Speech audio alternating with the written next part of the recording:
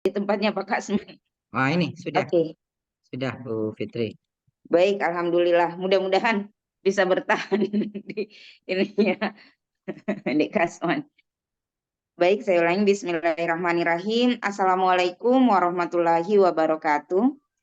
Waalaikumsalam Waalaikumsalam warahmatullahi Waalaikumsalam warahmatullahi wabarakatuh. wabarakatuh.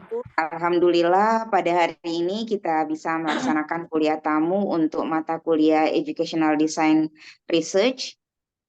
Saya mengucapkan terima kasih kepada Pak Dr. Hasan Basri di sela-sela kesibukannya menyempatkan waktu untuk menambah wawasan bagi mahasiswa-mahasiswa kami, khususnya yang dari Prodi S2 Pendidikan Matematika di Universitas Muhammadiyah Makassar ini. Jadi sebagai informasi awal, mahasiswa angkatan pertama kami ini ada 19 orang, Pak Hasan. Jadi untuk angkatan pertama kami hanya menerima satu kelas dulu. Izinnya baru keluar di bulan Mei kemarin dan langsung menerima di tahun akademik 2023-2024 ini. Baik, untuk adik-adik mahasiswa, Pak Dr. Hasan Basri MPD ini adalah dosen dari Universitas Madura di Jawa Timur dan beliau juga adalah reviewer nasional yang mereview proposal-proposal dan laporan-laporan penelitian dosen-dosen. Kemudian beliau juga asesor Ban SM Sekolah Madrasah untuk Provinsi Jawa Timur. Selain itu beliau juga reviewer untuk beberapa jurnal baik nasional maupun internasional, dan publikasi beliau juga sudah cukup banyak yang terindeks Scopus maupun terindeks Sinta.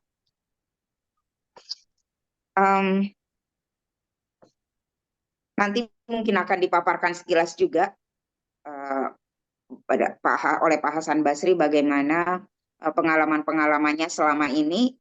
Ada hal yang menarik adalah menurut saya ya, sebagai pribadi mengenal Pak Hasan, yaitu ketika belum dapat ijazah S1 ya Pak Hasan.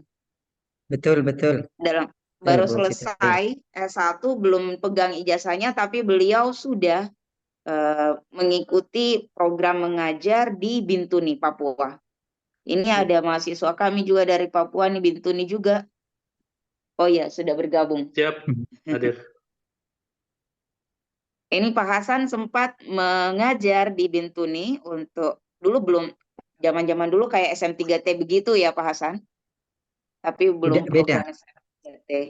Bukan program itu itu. mungkin akan dipaparkan sedikit oleh Pak Hasan. Kemudian kembali ke daerah asalnya dan alhamdulillah bisa menjadi dosen di Universitas Madura. Ditambah lagi serangkaian jabatan-jabatan posisi lainnya. Oke, untuk mempersingkat waktu, saya persilahkan kepada Bapak Dr. Hasan Basri untuk mempresentasikan, memaparkan mengenai pengembangan instrumen asesmen berpikir kreatif yang merupakan hasil penelitian dari beliau. Silakan Pak Hasan Basri. Terima kasih Bu Fitri atas waktu yang diberikan. Izinkan saya untuk share screen. Oke, ini minta tolong Pak Kasman mungkin bisa jadikan saya sebagai co-host karena saya tidak bisa share screen ternyata. Di Tindis ini Dek Kasman, di share itu Tindis multiple. Klik bagikan. Sudah, ini saya Kasman malah baru. jadi host saya sekarang, nggak apa-apa lah. Oh, oke. Oke. Nampak Bapak Ibu? Iya Pak Hasan. Oke, saya share screen dulu. Oke, saya ini malah saya jadi host ini, nggak apa-apa, saya admit ya. Siapa yang masuk saya admin ya, Bu Siti. Assalamualaikum warahmatullahi taala wabarakatuh. Waalaikumsalam warahmatullahi wabarakatuh. Yang saya hormati Ibu Dr. Siti Fitriani Saleh selaku Kaprodi Prodi Magister Pendidikan Matematika Pasca Sarjana Universitas Muhammadiyah Makassar. Yang saya hormati Bapak Ibu yang hadir serta adik-adik mahasiswa yang hadir pada kesempatan siang hari ini. Oke, izin sambil saya admit ya ini Bu Fitri, karena ini saya jadi host, enggak apa-apa. Maaf, Oke, ini karena Bapak Ibu. fasilitasnya hanya satu host. Iya, nggak apa-apa. Kan kita harus struggle dimanapun posisinya gitu ya. Bapak, Ibu, dan adik-adik mahasiswa, ini sebenarnya ini gambar yang berbicara. Kalau boleh saya sampaikan di sini, jadi ada dua gambar di sini. Di sebelah kiri ya, di sebelah kiri ini posisinya insya Allah di tahun 2019 atau di tahun 2020 sepertinya ini. Ya. Jadi di 2000 kok 2019 di 2009 di 2009 Bapak Ibu. Jadi saya pernah jadi seperti yang disampaikan oleh Bu Fitri tadi bahwa sebelum saya selesai S1 belum pegang ijazah ada kesempatan waktu itu untuk apa namanya untuk bekerja waktu itu. Sebenarnya saya ingin seperti Bapak Ibu yang masih muda-muda ini mungkin ya. Jadi ingin lanjut S2 langsung gitu ya tanpa harus bekerja. Cuma kondisi setiap orang tentunya berbeda sehingga itu yang menuntut saya untuk bekerja. Untuk bekerja menjadi guru kontrak waktu itu di Papua di tahun 2009 sampai tahun 2012. Jadi sebelah kiri ini gambarnya, jadi gambar saya puluhan tahun yang lalu ya. Jadi kalau 2009 10 tahun berarti kan puluhan tahun yang lalu sudah. Ya, jadi ini kondisi waktu sekolah kami di Palang. Jadi sekolah kami di Palang sempat sehingga kami harus berpindah ngajar waktu itu.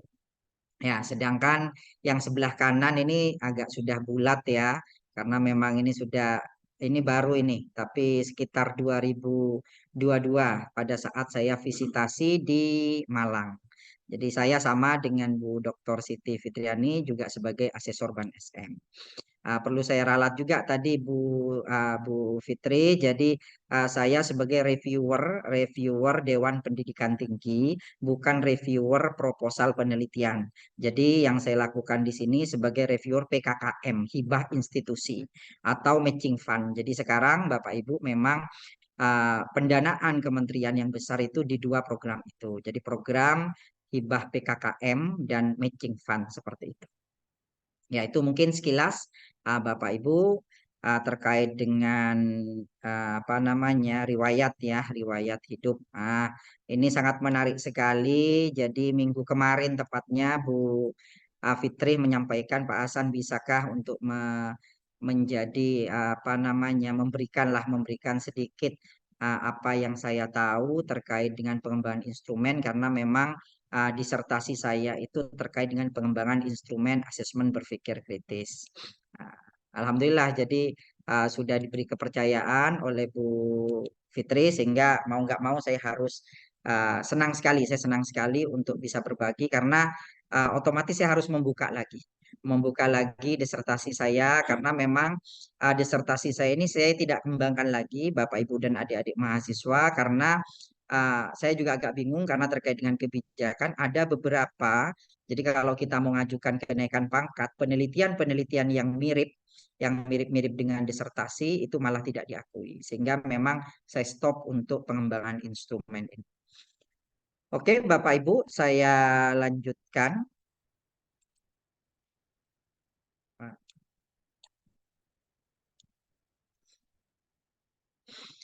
Oke, seperti yang kita ketahui menjadi tema kita pengembangan ya. Jadi pengembangan ini salah satu metode penelitian. Selain mungkin yang Bapak Ibu kenal, adik-adik mahasiswa kenal itu adalah penelitian, metode kuantitatif dan kualitatif. Nah, jadi kalau sekarang yang akan kita bahas ke depan terkait dengan pengembangan instrumen yang saya lakukan pada saat S3 kemarin adalah metode pengembangan atau dikenal dengan R&D kan seperti itu ya. Jadi ada dua di situ. R-nya itu adalah research dan D-nya adalah development. Jadi ada dua hal penting di sini Bapak Ibu yang mungkin nanti ada adik mahasiswa yang tertarik misalkan untuk mengangkat menggunakan metode penelitian R&D, maka harus ingat bahwa dalam metode penelitian R&D itu ada dua hal yang harus Bapak, Ibu, dan adik-adik mahasiswa pahami, yaitu terkait dengan riset dan terkait dengan development.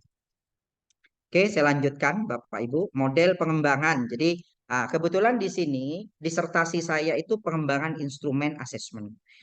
Mungkin Bapak Ibu ini kan sudah belajar ya, jadi ada banyak model ya, ada banyak model-model pengembangan. Misalkan mungkin yang Bapak Ibu kenal Tiada Rajan, ada 4D ya, Define, Design, Develop, and Dissemination. Terus ada juga di situ ada ADI gitu yang agak baru, itu memang ADI itu kan Analyze, Design, Develop, Implementation, dan Evaluate kan begitu. Terus ada yang agak banyak itu ya, yang agak banyak itu Bock and Gall. Itu ada 10 itu ya. Ada 10 tahapan. Saya nggak hafal juga itu. Silahkan Bapak Ibu bisa pelajari nanti. Terus ada juga PLOM ya. Cuma dalam hal ini pengembangan model pengembangan instrumen yang saya lakukan, saya tidak menggunakan model-model tersebut. Karena ini adalah model pengembangan instrumen. Sehingga yang saya pilih adalah, yang saya kaji awalnya adalah punya Wilson, yang mana dia tahapannya adalah construct map, item scores, dan measures. Jadi pengukuran, jadi ada 4 tahapan. Dan yang kedua, yang saya kaji itu adalah punyanya Oriondo dan Antonio di tahun 1998, yaitu planning the test, trying out the test, establishing test validity, dan establishing test reliability, interpreting the test score. Dari dua model ini, sehingga saya tentunya kita kalau sama dengan Bapak Ibu ya, pada saat Bapak Ibu tesis, tentunya kan ada pembimbing. Jadi ini juga melalui pembimbing juga. Jadi pada saat diskusi, akhirnya kami di sini saya memutuskan untuk mengembangkan model pembelajaran di sini, model pengembangan instrumennya melalui 2 tahap. Jadi melalui 2 tahap. Tahap pertama itu adalah tahap pendahuluan. Kalau ingat tadi di slide yang awal itu ada R&D, Research and Development. Jadi risetnya itu sebenarnya di tahap yang pertama ini. Di tahap 1 ini. Apa saja yang dilakukan di tahap ini? Yang pertama adalah melakukan kajian literatur. Yang kedua studi pendahuluan. Yang ketiga adalah analisis masalah dan kebutuhan. Selanjutnya di tahapan yang kedua ini adalah tahapan develop tadi atau tahapan pengembangan. Apa saja yang dilakukan? Tentunya pengembangan produk awal. Selanjutnya uji coba produk dan interpretasi uji coba. Oke, marilah kita kaji ya. Jadi ini urutan-urutannya Bapak Ibu dan adik-adik mahasiswa. Jadi kalau pengembangan ini beda ya dengan kualitatif. Kalau pengembangan ini sudah ada alurnya nanti yang akan kita lakukan apa saja, itu kita mengikuti alur ataupun prosedur dari model pengembangan yang sudah kita acu seperti itu. Oke, yang pertama di tahap pendahuluan itu adalah kajian literatur. Di sini apa yang saya lakukan sebagai pengembang dan peneliti, tentunya di sini saya melakukan kajian terkait dengan hasil-hasil penelitian terdahulu terkait dengan instrumen untuk mengukur kemampuan berpikir kritis. Jadi dari hasil kajian-kajian tersebut sampailah saya menemukan bahwa sebenarnya sudah banyak instrumen untuk mengukur kemampuan berpikir kritis ya. Jadi ada itu CCTT istilahnya, Cornell Critical Thinking Test. Ada juga Watson-Glasser. Jadi ada Watson-Glasser, terus ada HCTA, ada Helpen Critical Thinking HCTA Assessment, terus Watson-Glasser Critical Thinking Test. Jadi banyak sekali. Cuma dari sekian banyak itu ternyata belum ada yang spesifik untuk mengukur kemampuan berpikir matematis, berpikir kritis, dalam hal ini kontennya matematika. Jadi konten yang ditawarkan oleh tadi yang saya sebutkan pengembang instrumen berpikir kritis tadi itu masih bersifat umum seperti itu.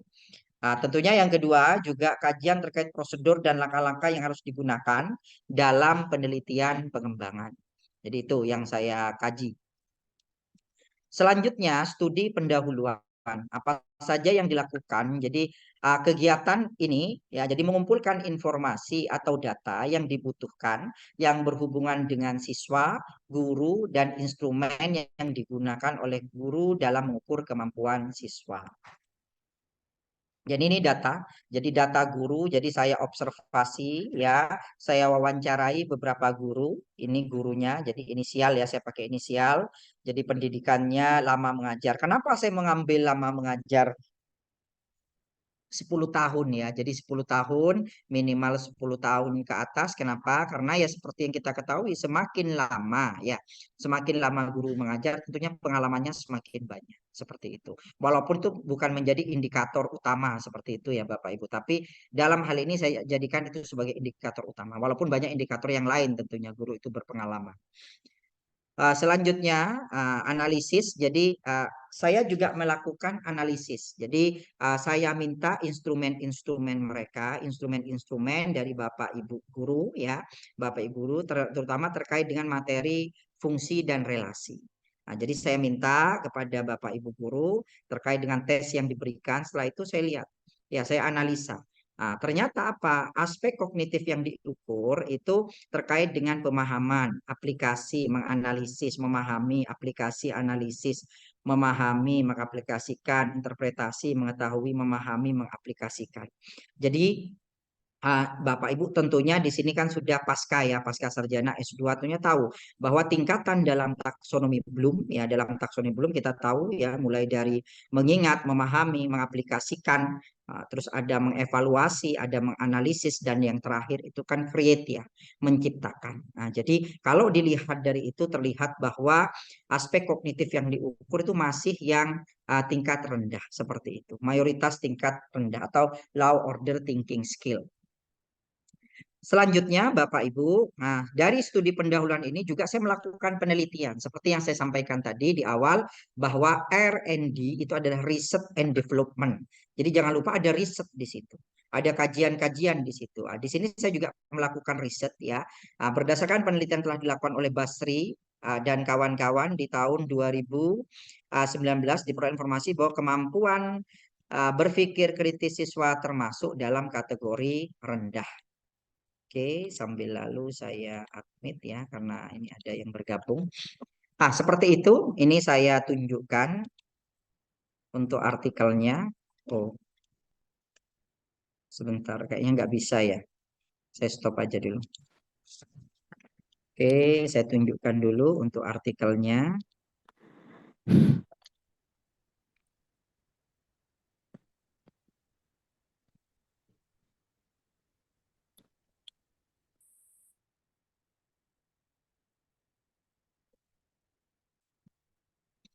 Oke, ini Ada adalah yang artikel. bergabung Mbak Sri juga Hasan. Oh, gimana? Ada bergabung Mbak Sri, istrinya Pak Mulis. Oh, oh iya. Eh, oh, istrinya Pak Holis. Eh, Pak Muklis ya. Oh iya Pak, Pak. Iya. Ya, selamat siang Bu. Iya, iya Pak. Alhamdulillah Selamat siang. bisa ketemu walaupun hanya via Zoom. Moga-moga kapan-kapan dapat penugasan ke Makassar nih biar bisa main-main. Iya Pak, ditunggu. Amin. Siap-siap. Oke, jadi ini Bapak Ibu terkait dengan artikel. Jadi seperti yang saya sampaikan tadi bahwa yang namanya riset and development berarti ada riset di situ. Ini adalah riset yang saya lakukan waktu itu di International Journal of Instruction. Waktu itu ini masih Scopus. Sekarang ini sudah out of Scopus Bapak Ibu. Tetapi alhamdulillah dari artikel ini citasinya paling banyak. Jadi ada 160 citasi. Jadi untuk artikel ini menjadi artikel yang citasinya paling banyak dari artikel-artikel yang sudah saya buat atau kami buat ya, karena memang ini juga ada kontribusi dari promotor dan kopromotor saya. Jadi ini artikelnya yang sudah saya buat pada saat itu ya. Jadi memang saya sudah memilih di sini 6 itu. 6 komponen dari Fasione. Nanti akan saya jelaskan. Oke, saya stop screen dulu untuk yang ini. Saya lanjutkan.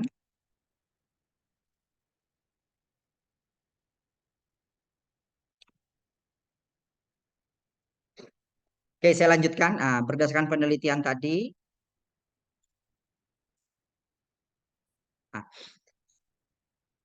berikutnya, aspek yang dikaji dan temuannya. Jadi yang pertama, saya lihat bagaimana instrumen yang dikembangkan oleh guru. Ternyata yang saya lihat ya berdasarkan hasil observasi, hasil wawancara, dan hasil analisis terhadap instrumen yang digunakan oleh guru, belum mengukur kemampuan berpikir kritis siswa. Bagaimana pemahaman guru terkait instrumen untuk mengukur kemampuan berpikir kritis? Temuannya, guru belum memahami instrumen untuk mengukur kemampuan berpikir kritis. Yang ketiga, tingkat pemahaman dan kemampuan berpikir kritis siswa. Kemampuan siswa dalam berpikir kritis masih rendah. Ini didukung oleh hasil penelitian yang sudah saya lakukan. Yang keempat, kesimpulan umumnya perlu pengembangan instrumen asesmen untuk mengukur kemampuan berpikir kritis siswa dalam pembelajaran matematika di SMP. Selanjutnya, analisis masalah dan kebutuhan. Jadi di sini kita identifikasi permasalahannya apa saja dan kebutuhan pemecahan masalahnya seperti apa. Jadi instrumen penilaian yang dikembangkan oleh guru belum mengukur, guru-guru belum memahami, para siswa memiliki kemampuan berpikir kritis yang rendah. Jadi di sini perlu dikembangkan model pengukuran yang mampu menangkap kelemahan siswa dalam berpikir kritis. Nih, berdasarkan analisis kebutuhan. Cuma di sini akhirnya spesifik pada materi fungsi, Bapak Ibu. Kenapa? Karena kalau kita bicara konten matematika tentunya sangat banyak ya.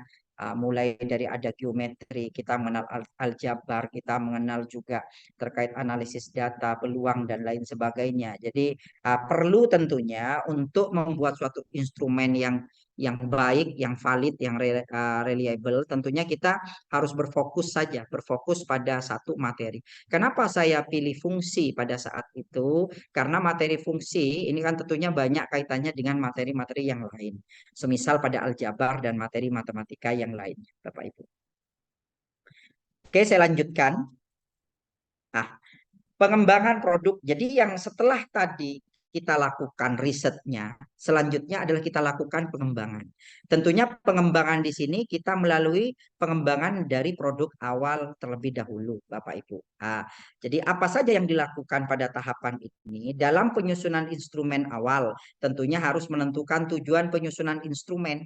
Jadi tujuannya apa? Ya, instrumen untuk membuat instrumen untuk mengukur kemampuan berpikir kritis siswa pada materi fungsi. Selanjutnya melakukan kajian teori, yang ketiga menyusun indikator butir instrumen, dan yang keempat menyusun butir instrumen. Yang kedua adalah validasi isi. Ya, jadi validasi isi tentunya kita perlu bantuan Bapak Ibu. Jadi kita tidak bisa memvalidasi sendiri, tapi kita butuh orang lain yang kita kenal dengan istilah ahli atau expert. Oke, ini kita akan bahas satu persatu, Bapak Ibu. Jadi mulai dari penyusunan instrumen awal. Jadi seperti yang saya sebutkan tadi, menentukan tujuan penyusunan instrumen. Jadi instrumen yang akan dibuat dalam penelitian ini bertujuan untuk mengukur kemampuan berpikir kritis siswa. Bentuk instrumen yang dibuat adalah tes berbentuk uraian.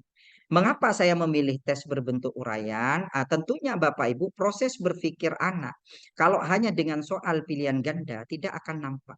Kita tidak akan bisa melihat bagaimana proses berpikir anak tersebut. Bahkan kalau memang pilihan ganda bisa jadi dia bisa benar pada saat menjawab. Tetapi dia benar karena memang ya dia coba-coba saja. Dia asal pilih saja, kebetulan benar. Kan seperti itu. Sehingga di sini saya memilih tesnya berbentuk uraian. Melakukan kajian teori. Jadi beberapa teori tentang berpikir kritis itu kami kaji ya. Di antaranya ada Fassione, ada Watson Glaser, ada Ennis. Jadi banyak dan lain-lain ya. Jadi saya pilih teori Fassione terkait kemampuan berpikir kritis karena saya lihat aspek-aspek konstruknya dan komponen berpikir kritisnya itu dekat-dekat dengan taksonomi, mirip. Jadi ada evaluasi juga ada di situ. Ya, ada analisis juga di Fassione ini. Oke, selanjutnya adalah menyusun indikator butir instrumen. Jadi aspek berpikir kritis oleh Fasione itu ada 6 komponen, ada 6 konstruk, mulai dari interpretasi, analisis, menjelaskan, evaluasi, inference, dan pengaturan diri. Indikatornya apa? Untuk interpretasi, menyatakan makna berdasarkan grafik fungsi yang diberikan. Ini nanti dibuat dalam nomor butir 1 dan 2. Analisis menyebutkan dan menjelaskan alasan suatu grafik merupakan fungsi atau bukan fungsi. Menentukan apa saja yang dapat diketahui jika diberikan suatu rumus fungsi dan daerah asalnya. Itu nomor butir 3 dan 5. Selanjutnya aspek berpikir kritis menjelaskan, menentukan pada kondisi seperti apa suatu himpunan pasangan berurutan merupakan fungsi. Nomor 4. Selanjutnya menentukan apakah himpunan pasangan berurutan yang diberikan merupakan fungsi. Itu nanti di nomor 6, nomor butir 6. Untuk evaluasi, memberikan suatu penilaian berdasarkan rumus fungsi yang diberikan. Yang kedua, indikatornya menentukan apakah banyak pemetaan antara himpunan A dengan himpunan B sama dengan banyak pemetaan antara himpunan B dengan himpunan A. Nanti akan disajikan pada nomor butir 7 dan 8. Aspek berpikir kritis inference, di sini ada 2 indikator juga. Yang pertama menentukan banyaknya pemetaan yang mungkin. Yang kedua menentukan nilai suatu fungsi. Nomor butir 9 dan 10. Dan yang terakhir adalah pengaturan diri. Yang mana di sini menentukan apakah ada kesalahan dalam proses menyelesaikan masalah fungsi. Di nomor butir 11 dan 12. Selanjutnya di bagian D menyusun butir instrumen. Jadi di sini lebih diperjelas lagi. Jadi nomor urutnya 1, kompetensi dasarnya apa? Oke, perlu diketahui Bapak Ibu dan adik-adik mahasiswa, penelitian saya ini kan saya lakukan di tahun 2000 ya, berkisar di tahun 2019 ya, 2019 2020 saya lulus S3. Jadi masih menggunakan kurikulum K13 Bapak Ibu dan adik-adik mahasiswa. Mungkin kan bertanya-tanya loh kok masih kompetensi dasar gitu, karena memang di kurikulum 13 itu kan masih mengenal istilah KI dan KD, kompetensi inti dan kompetensi dasar. Kalau sekarang dalam kurikulum Merdeka, tentunya kita kan tahu kalau di kurikulum Merdeka kan ada yang namanya capaian pembelajaran, yang mana capaian pembelajaran ini kan sudah diatur, sudah ada dan tidak boleh diubah. Ya, jadi sudah ada, sudah diberikan oleh pemerintah dalam BSKAP ya, BSKAP BSKAP ini Badan Standar kompetensi, apa lupa saya kepanjangannya, BSKAP nomor 33 tahun 2022. Jadi kalau sekarang ada CP istilahnya, dari CP ini nanti akan menjadi TP. Jadi kalau TP itu diserahkan ke sekolah masing-masing Bapak Ibu. Jadi Bapak Ibu guru akan membuat sendiri tujuan pembelajarannya. Tujuan pembelajaran nanti akan ada yang namanya ATP, alur tujuan pembelajaran, tetapi itu harus disusun dalam fase, karena sekarang Bapak Ibu mungkin ada yang di sekolah, ada yang ini sambil lalu S3 tapi mengajar, tentunya dikenal dengan istilah fase. Jadi ada fase A, fase B, fase C, fase D, yang mana fase-fase itu bukan kelas ya. Jadi kalau fase A nanti kelas 1 dan kelas 2. Jadi ATP-nya nanti dibagi per kelas seperti itu. Itu gambaran sedikit Bapak Ibu ya, supaya pemahaman kita juga sama, karena memang sekarang sudah ada perubahan kurikulum seperti itu. Walaupun masih tidak saklek untuk wajib menggunakan kurikulum Merdeka, tetapi kan masih ada juga sekolah yang menggunakan K13. Oke, begitu. Jadi ini terkait dengan butir instrumennya ya. Jadi nomor urutnya ada kompetensi dasarnya, ada indikator soalnya, materinya, relasi dan fungsi, karena memang difokuskan pada relasi dan fungsi pada saat itu ada di kelas 8 ya. Jadi ini indikatornya, ini ada 12, tidak perlu saya sebutkan atau saya bacakan satu-satu Bapak Ibu dan adik-adik mahasiswa. Oke, ini nomor 9 sampai dengan nomor 12. Jadi ini adalah produk awal ya, rancangan awal. Selanjutnya, seperti yang disebutkan tadi bahwa kita perlu melakukan yang namanya validasi. Ya, validasi ini memang ada beberapa tentunya ya Bapak Ibu ya, ada validasi isi, ada validasi konstruk dan ada validasi kriteria. Nah, di sini dalam penelitian saya, dalam pengembangan produk yang saya lakukan, saya hanya menggunakan 2 validasi, yaitu validasi isi dan validasi konstruk. Nah, dalam validasi isi, di sini saya meminta bantuan validator, yang mana validator ini tentunya ahli atau yang disebut dengan expert judgment, ya. Ada 4 validator. 2 validator dari Universitas Negeri Malang, ya. Jadi memang ini kan kami kalau disertasi itu kan tentunya diminta untuk divalidasi oleh pengajar atau dosen yang lain selain dari promotor dan kopromotor. Dan 2 ini dari luar. Jadi dari Universitas Tarakan dan dari Al-Azhar Solo. Nah, ini untuk nama-namanya. Jadi nama validatornya ada Dr. Abadio MSI, ahli pendidikan matematika Universitas Negeri Malang. Ada Dr. Heri Susanto MSI. Beliau ini kalau Bapak Ibu mungkin yang concern ya, yang concern di Olimpiade, insya Allah tahu dengan beliau. Karena Dr. Heri Susanto ini sempat bahkan jadi ketua untuk tim Olimpiade Indonesia yang biasanya dikirim ke luar, Bapak Ibu. Kan berjenjang kalau Olimpiade ini kan dari tingkat baik itu tingkat kabupaten, setelah itu provinsi, nasional dan internasional. Jadi beliau luar biasa kalau kemampuan di bidang matematikanya. Ya, ini juga dari Universitas Negeri Malang. Validator ketiga, Dr. Jero Budi Darmayansa, MPD SI. Beliau juga dari pendidikan matematika, instansi beliau adalah dari Universitas Tarakan. Dan yang terakhir, validator keempat, Dr. Budi Harjo. Beliau ahli pengukuran dan penilaian. Beliau di Al-Azhar Solo. Dari keempat validator ini, yang tidak bertatap muka saya hanya dengan Pak Jero, dengan Dr. Jero Budi Darmayansa. Kalau dengan Pak Dr. Abadio karena di Malang juga, Dr. Heri di Malang, jadi saya konsul beberapa kali terkait dengan produk awal yang sudah saya sampaikan tadi di awal. Ya, kalau dengan Pak Jero ini saya hanya kontak melalui telepon dan saya kirim melalui email.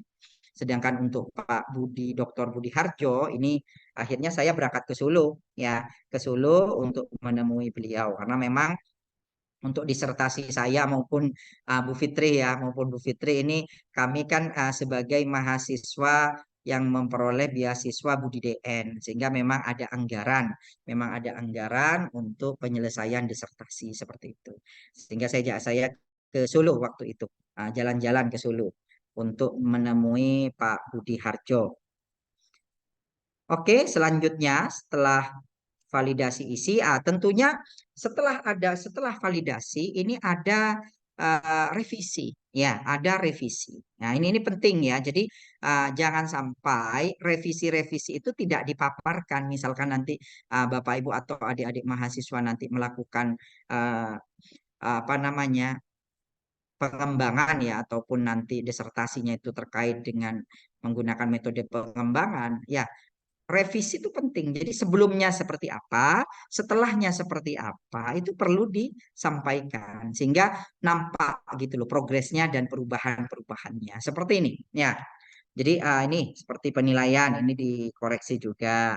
Terus ini juga gambar awalnya seperti ini, diminta gambar awalnya begini.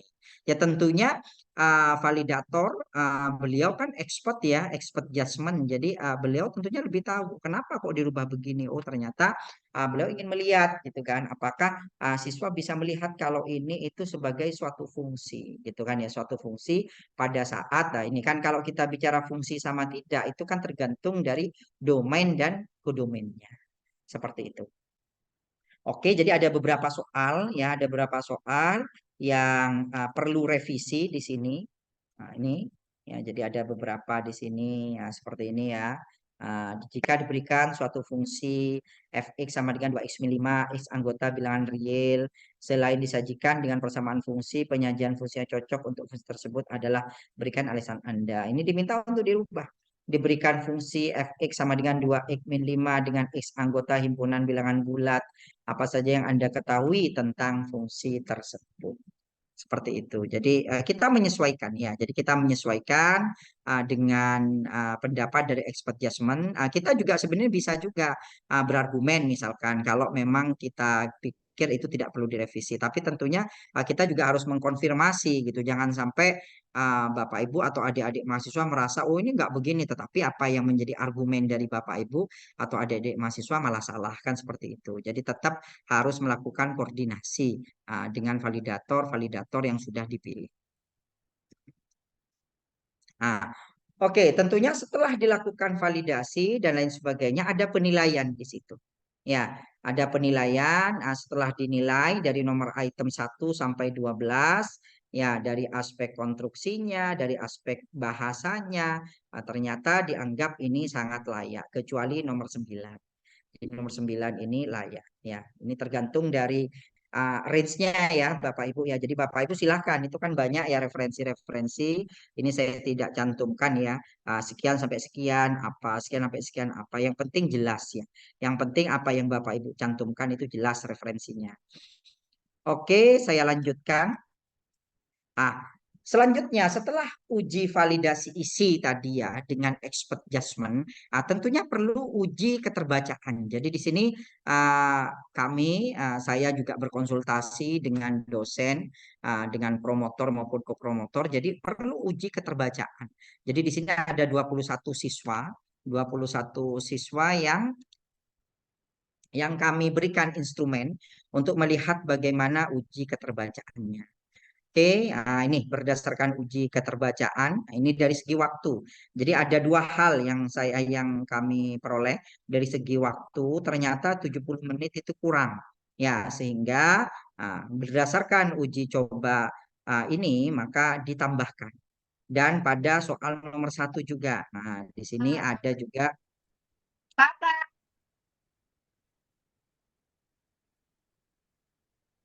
Oke, kayaknya ada yang bocor ya. Oke, saya lanjutkan.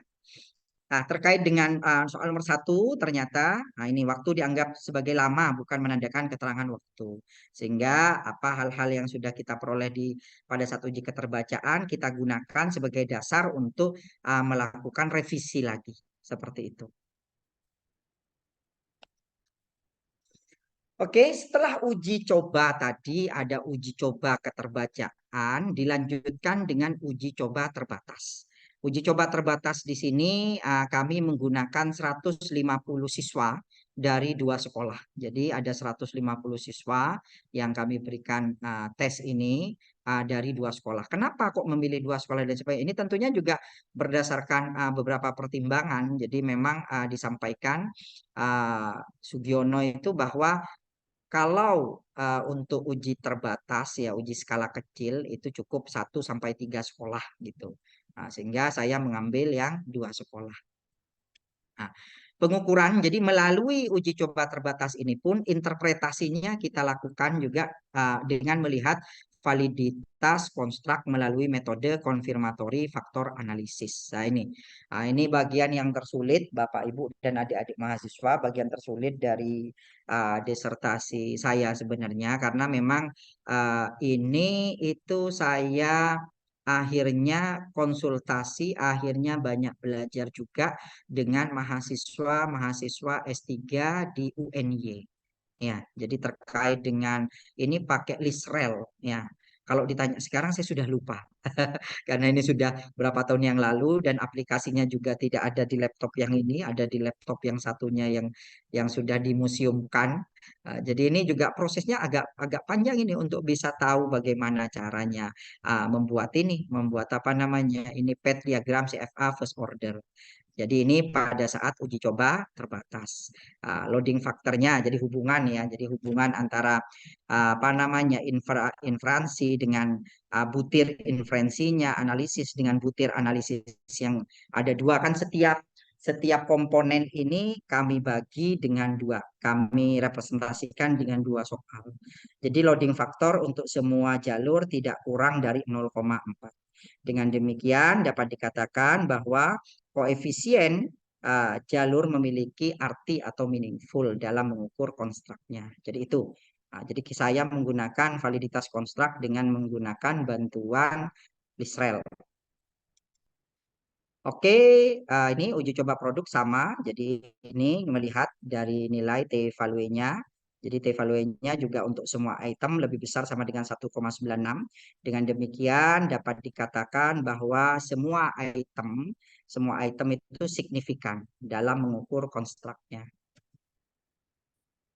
Oke, ini path diagram untuk second order ya, second order. Jadi dilihat juga dengan BK-nya.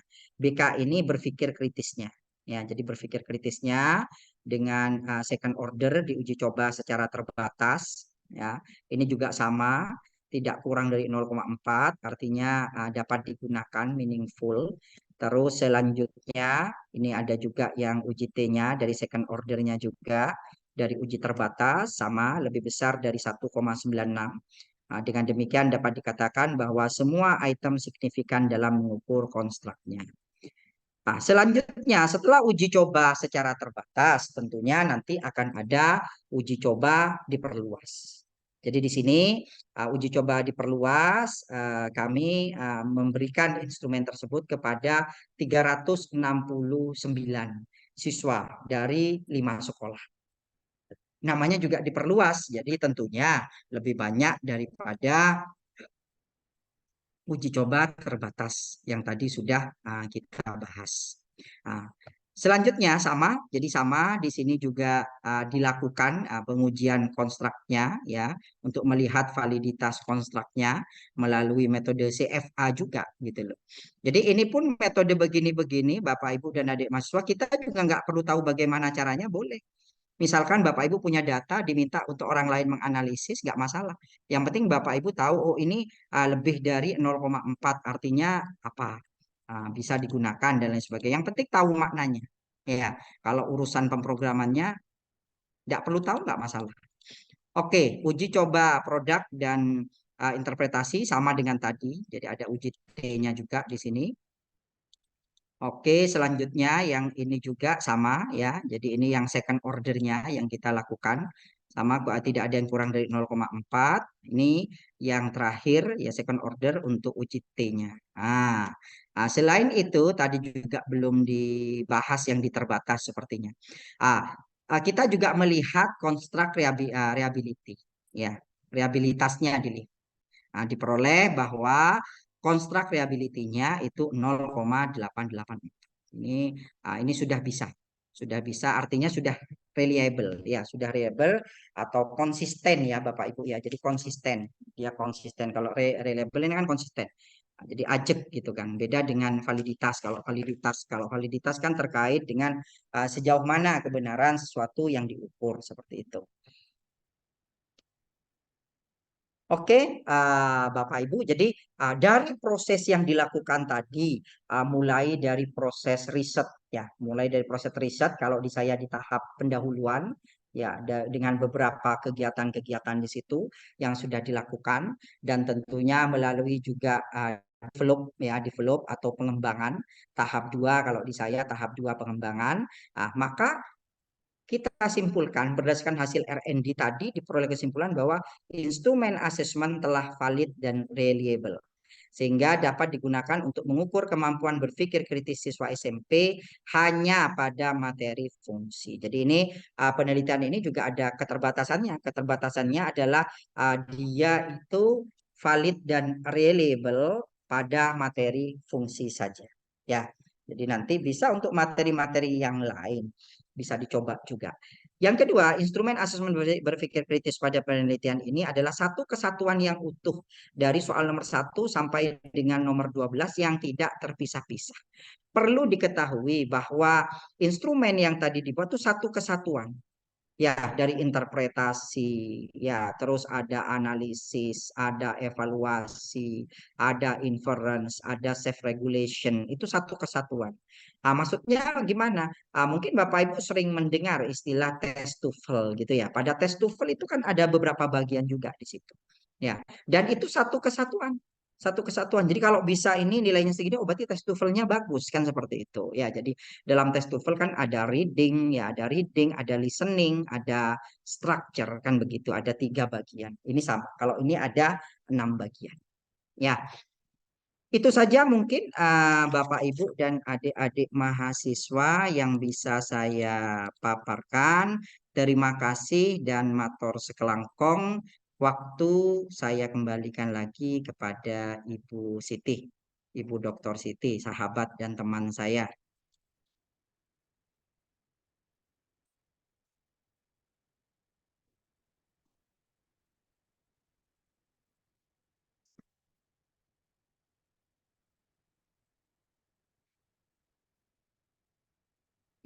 Oh ini, Ibu Dr. Siti masih unmute.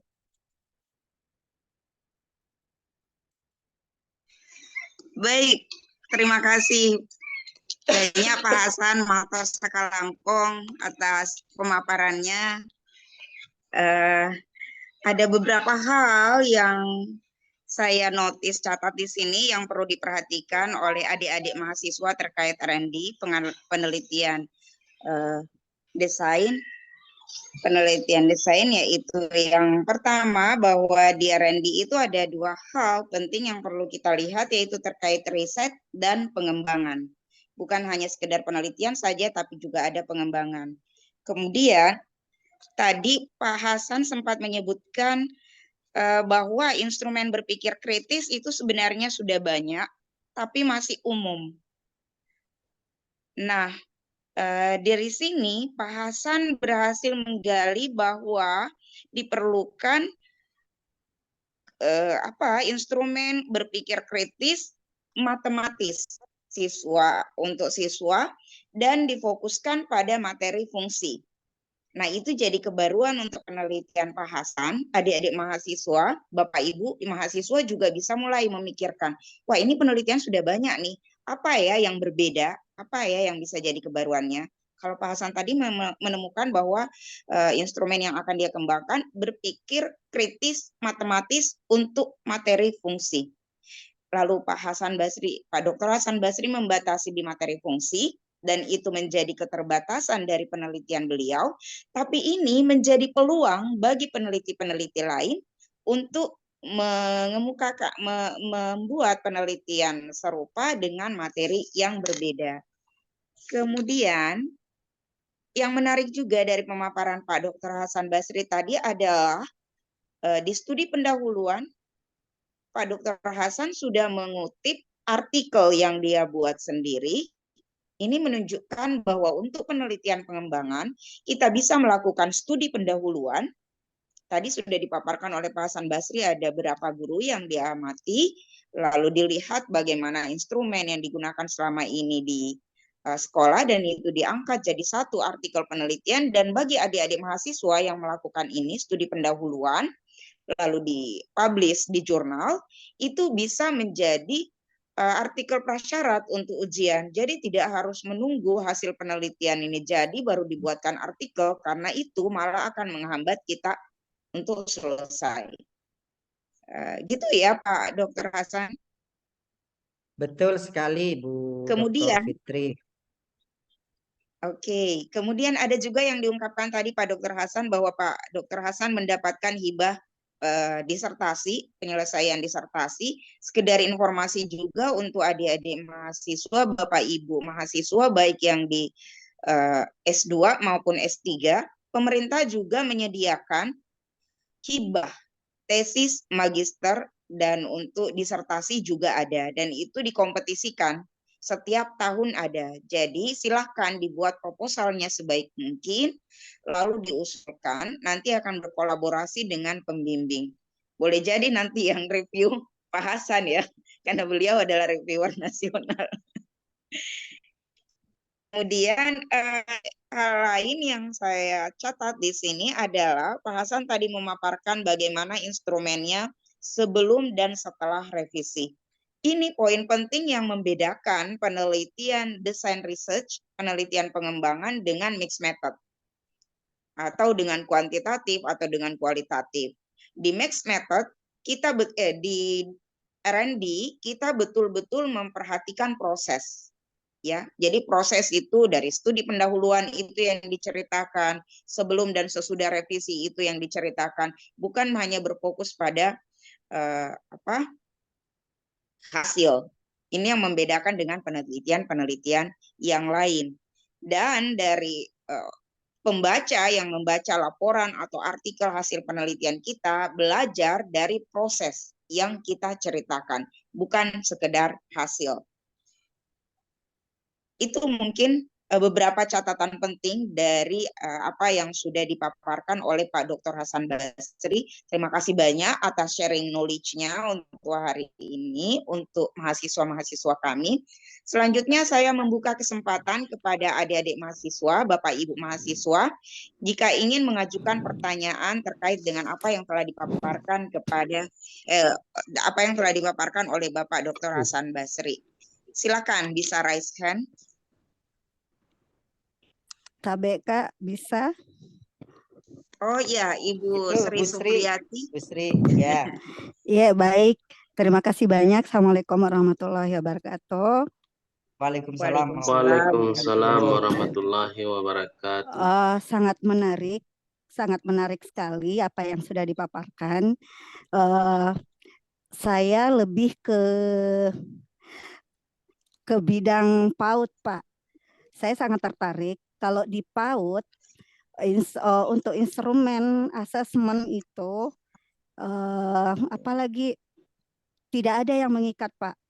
Sehingga saya sepertinya agak tertarik untuk membuat produk terkait dengan asesmen atau penilaian instrumen untuk anak usia dini. Artinya lebih ke, kan kalau kurikulum merdeka itu kita diberikan kebebasan untuk membuat penilaian kepada anak. Ini untuk guru-gurunya. Dan saya melihat apa yang Bapak tadi jelaskan itu terkait dengan asesmen untuk bidang pendidikan matematika. Dan ada saya lihat materinya ya Pak ya. Kalau di PAUD juga ada sih materinya. Ada materinya, hanya saja yang membuat saya tertarik di sini itu terkait dengan instrumen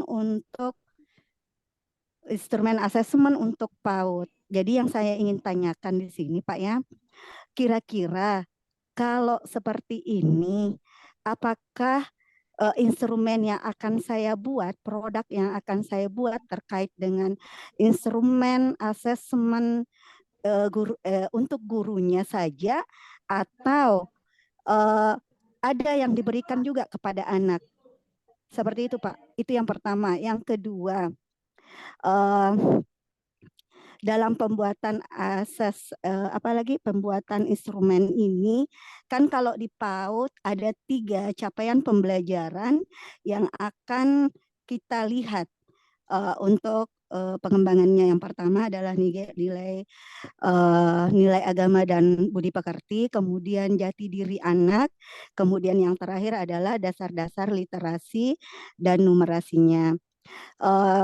Kalau mengambil capaian pembelajaran, saya mengambil misalnya cukup 1 saja untuk instrumennya, untuk pembuatan instrumen asesmen. Kalau menurut Bapak apa sih masukan yang bisa diberikan kepada saya supaya saya bisa juga ini membuat produk untuk guru-guru PAUD, untuk bisa diterapkan di PAUD.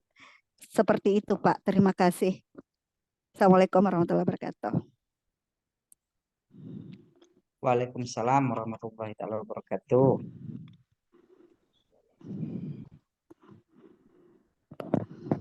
Wah, Bu Fitri masih terlempar lagi sepertinya ya Bu Sri ya.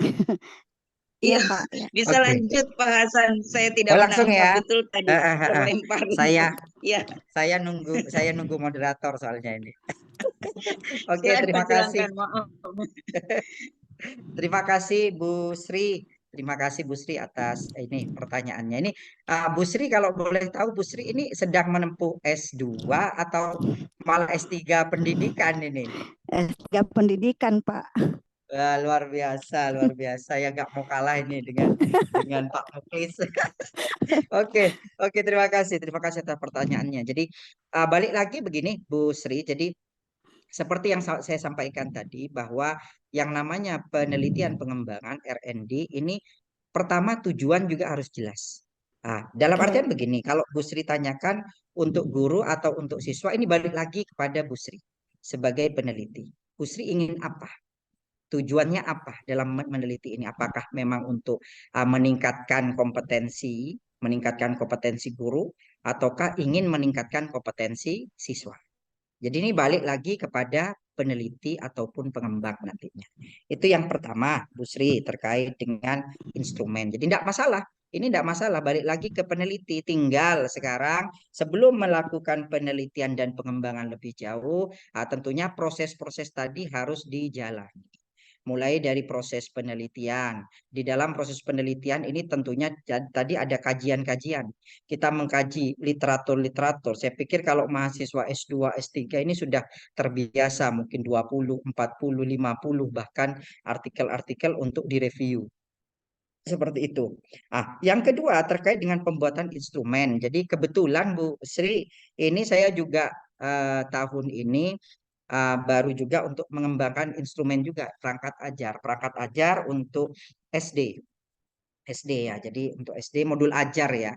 Jadi ada modul ajar istilahnya juga untuk kurikulum Merdeka. Jadi kalau di PAUD ya, Bu Sri ini konsennya di PAUD ya. Konsennya di PAUD. Kalau saya konsennya di SD nih Bu Sri. Kebetulan saya juga kan sebagai fasilitator sekolah penggerak. Jadi ada 7 sekolah penggerak di Pamekasan yang saya dampingi. Jadi di sini Bu Sri sampaikan tadi kalau di PAUD ada 3 CP gitu kan ya. Ada nilai-nilai agama dan yang kedua apa lupa saya. Yang ketiga ada dasar-dasar literasi. Monggo silahkan Bu Sri lebih tertarik ke yang mana? Yang jelas kalau capaian pembelajaran ya baik di PAUD maupun di SD, SMP, SMA, MTS dan sederajat ya dalam artian CP ini tentunya sesuatu yang sakral. Ya, jadi CP ini sudah paten, tidak diubah-ubah. Nanti yang bisa dikembangkan oleh Bu Sri ini nanti di tujuan pembelajarannya. Ya, karena tujuan pembelajaran tentunya akan berbeda-beda nanti. Antara sekolah satu, antara guru yang satu dengan guru yang lain, tujuannya bisa berbeda-beda. Ya, tinggal nanti dari CP, tentunya dari CP capaian pembelajaran ini kan harus diurai. Capaian-capaian pembelajaran ini harus diurai menjadi tujuan pembelajaran.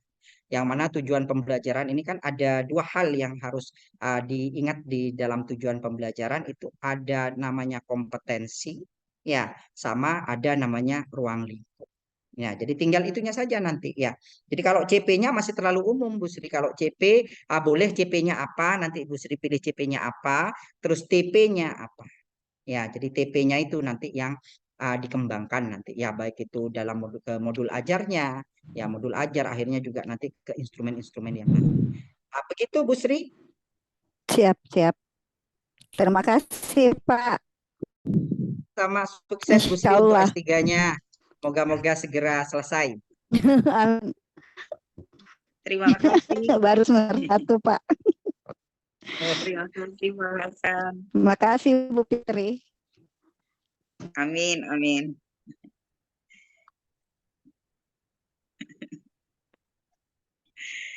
Baik, selanjutnya mungkin masih ada lagi yang ingin mengajukan pertanyaan. Tadi Dea sempat raise hand.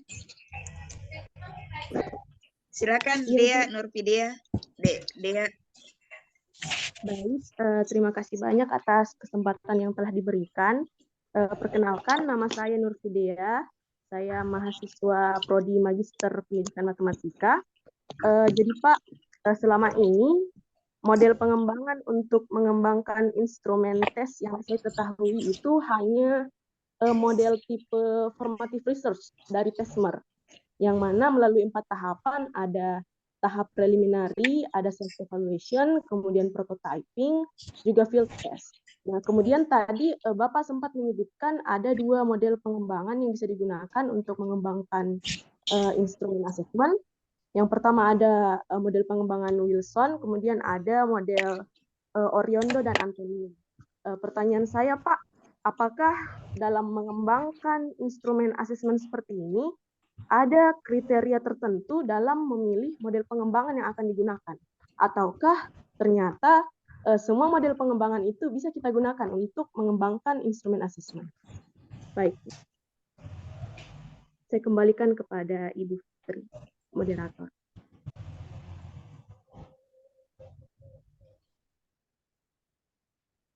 Bu Fitri, ini bisa-bisa terlempar lagi nih Bu Nur. Nur Fitri. Oke, nggak apa-apa, langsung aja mungkin ini ya, langsung saja. Pertanyaan yang menarik dan pertanyaan yang bagus sekali dari Bu Nur Vidya ya. Jadi terkait dengan pengembangan instrumen. Oke, tadi di awal saya sudah menyebutkan ada beberapa model juga pengembangan-pengembangan. Kalau kita di pendidikan ya, kalau kita di pendidikan misalkan kita membuat model ya, model pembelajaran yang baru misalkan ya, kan banyak juga itu disertasi yang dilakukan oleh mahasiswa-mahasiswa S3 misalkan itu adalah pengembangan model pembelajaran ya.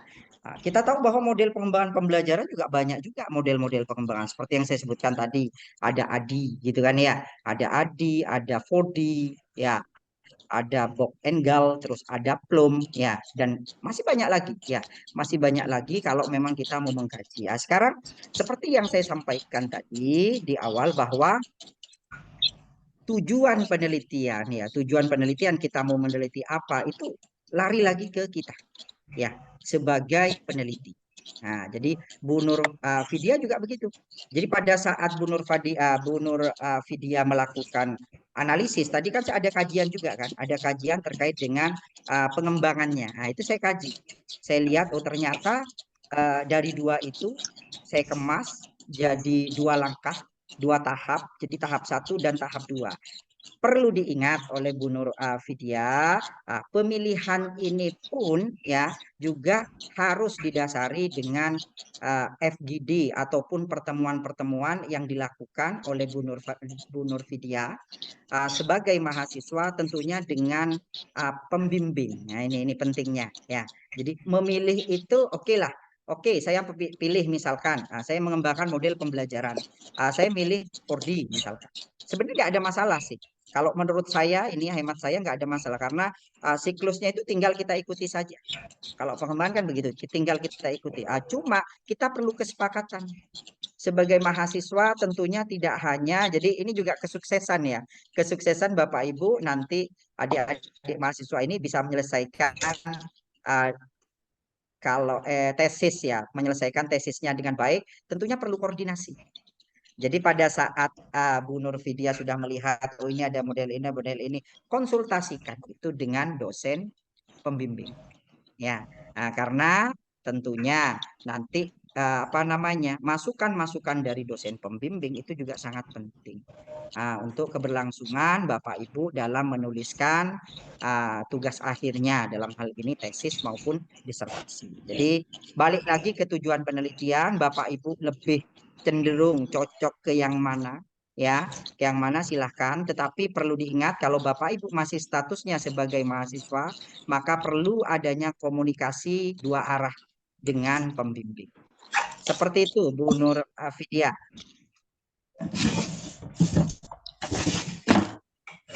Baik, terima kasih Pak. Oke, terima kasih. Sukses Bu Nur Vidya untuk tesisnya nanti. Ya. Bu Terima Fitri. kasih. Ya. Oh ini. Oh, ada. Terima kasih Pak Hasan Basri.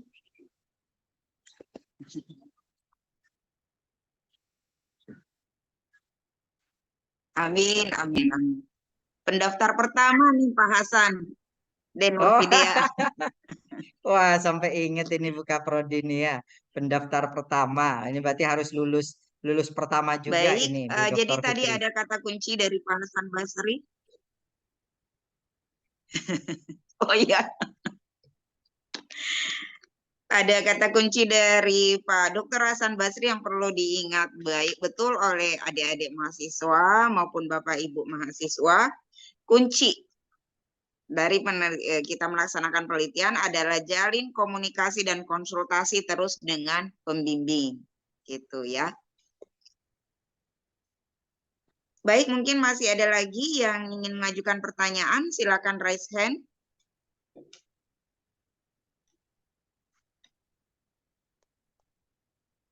Kalau tidak ada, nanti mohon izin kami share PPT-nya ya, Pak Dr. Hasan Basri. Silahkan Bu Dr. Fitriani. Baik, baik. Di sini sudah masuk waktu asar juga, Pak Hasan Basri. Dan mungkin kita cukupkan untuk kuliah tamu hari ini. Terima kasih banyak atas kesediaan berbagi ilmu dengan kami, memberi wawasan kepada mahasiswa kami di sini, karena memang kita mengarahkan mahasiswa ini untuk pengembangan sesuai dengan tujuan, sesuai dengan visi keilmuan dari prodi kami. Tapi tidak terbatas pada pengembangan, cuma kita memang merekomendasikan untuk mengarahkan ke pengembangan teknologi pembelajaran matematika, seperti itu. Jadi tadi sudah kita dapatkan beberapa poin penting dari pemaparan Pak Hasan, termasuk apa perbedaan antara penelitian yang kita tahu selama ini dari S1 kuanti-kuali dan mixed method dengan R&D. Ada cirinya khusus dari R&D itu. Kemudian jenis-jenisnya ya banyak sekali jenisnya. Seperti yang ditanyakan tadi oleh Dek Nurfidea, ada banyak jenisnya, tinggal kita memilih yang mana dan konsisten di model yang dipilih itu. Tidak lain judulnya, lain juga isinya. Konsisten. Dan memang kita di matematika kan dituntut untuk seperti itu. Konsisten, istiqomah gitu ya. Betul. Satu lagi Ibu Dr. Fitriani, jadi perlu diingat bahwa untuk penelitian pengembangan itu kan memang tujuannya menghasilkan produk. Kalau tidak, itu juga menguji keefektifan dari suatu produk. Begitu. Baik. Terima kasih banyak Pak Dr. Hasan Basri untuk hari ini. Kami ucapkan sekali lagi terima kasih dan izinkan kami menutup kuliah tamu hari ini dengan ucapan Alhamdulillahirobbil alamin. Assalamualaikum warahmatullahi wabarakatuh. Waalaikumsalam warahmatullahi wabarakatuh, Ibu Dr. Fitri. Yang mana yang dari Bintuni, Bu Dr. Fitri? Siap. Oh, ini Pak Muhyiddin. Di Bintuni mana, Pak? Saya dulu di Kampung Lama. Oh, di Kampung Lama, Pak. Saya di SP5, Pak. Oh, SP5, saya pernah dulu ke sana. Wah, iya. Ngajarnya dulu Berarti di mana, ngajar Pak? ya? Berarti ngajar di sana ya, Pak Muhyiddin ya? Iya, Pak. Ngajar. Oke. Di SD Negeri Terpadu Saya dulu, Bintuni. betul. Saya dulu di SD SMP Terpadu Bintuni ngajarnya. Oh, ya, Pak. Dengan Bu Desi. Bu Desi, Ya, Bu Desi Rita. di SMP, Pak, Bu Desi. Oh, sampaikan salam saya. Bilang ketemu Ya, kita Pak. di Zoom. Siap. Wah, ternyata Iya, mahasiswanya Bu Dr. Fitri ngajar di sekolah yang saya dulu ajar. Pak.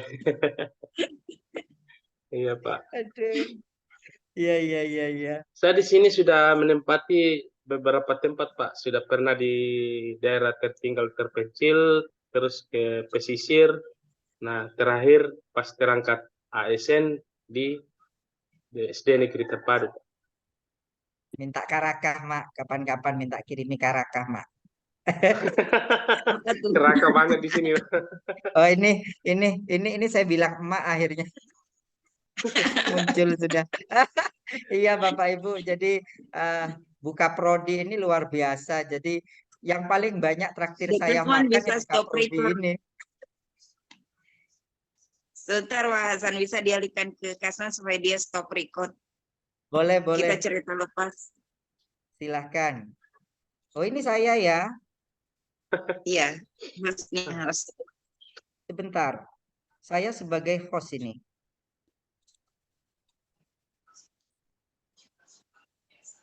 Oh, ini harus saya kembalikan. Saya kembalikan dulu ke Iya, dikembalikan Bu Dr. dulu Fitri, ya. ke Pak Kasman. Saya kembalikan dulu.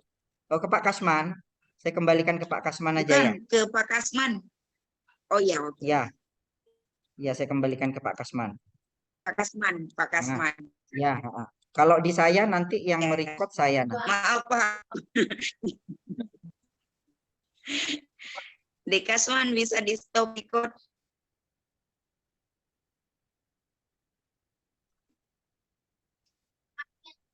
masih terrecord. Ya, biar nanti recordnya masuk di sana. Iya. Di stop nih, Dek, supaya kita bisa cerita